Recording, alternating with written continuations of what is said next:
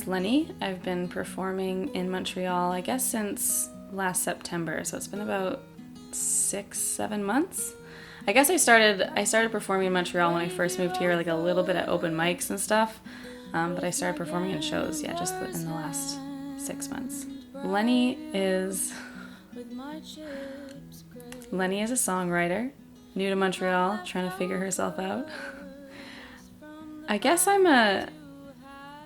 don't want to talk about myself in the third person, but I am a songwriter who I guess I write music to figure out my shit, basically.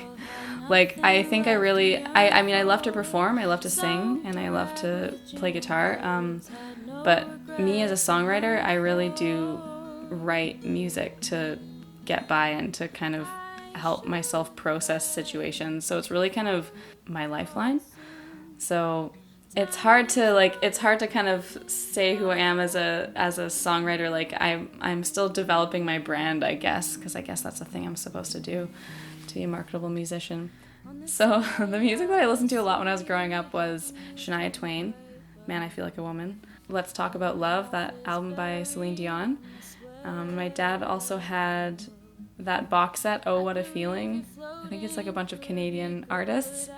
So he listened to a lot of like women singer-songwriters and like Canadian music. Like, I listened to a lot of Lorana McKinnett also when I was a kid, and Bette Midler. Oh my God, we had this greatest hits Bette Midler CD, and I played it. Like, and those CDs, the ones I just listed, like I would listen to those like all the time, like consistently. Just like put it on in the stereo in our living room, just listen to them all the time, and I would dance around and like sing Bette Midler. I'm obsessed with Bette Midler still. Like, she's amazing.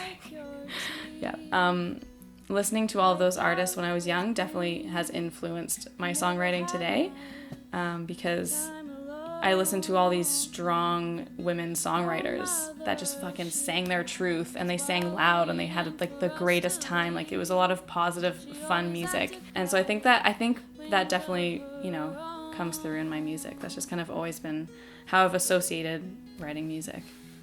My musical career has gone from me playing and writing songs in my room by myself all the time and feeling like I'll never share them with anyone at all.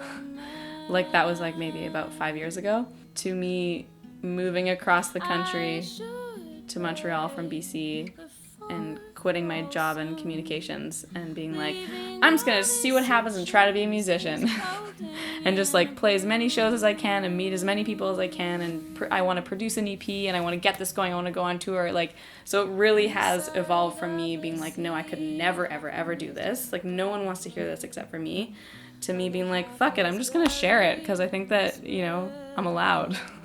I can't really think of one time in particular where I was like, oh, songwriting is my calling, I need to do this, that's it. It was more like, as soon as I picked up a guitar, I just started writing songs. It just happened. I've been like writing songs, without an instrument my whole life, basically. I used to write songs when I was a kid and stuff and just sing them to my parents like an annoying little kid. So I think I've just always been doing it, and it took me a long time to associate my songwriting with anything that I would do in the outside world, because it's very much been like a therapeutic practice for me for a long time. So yeah, there was never really one point in particular where I was like, oh, this is it, this is my calling. It's just kind of always been there.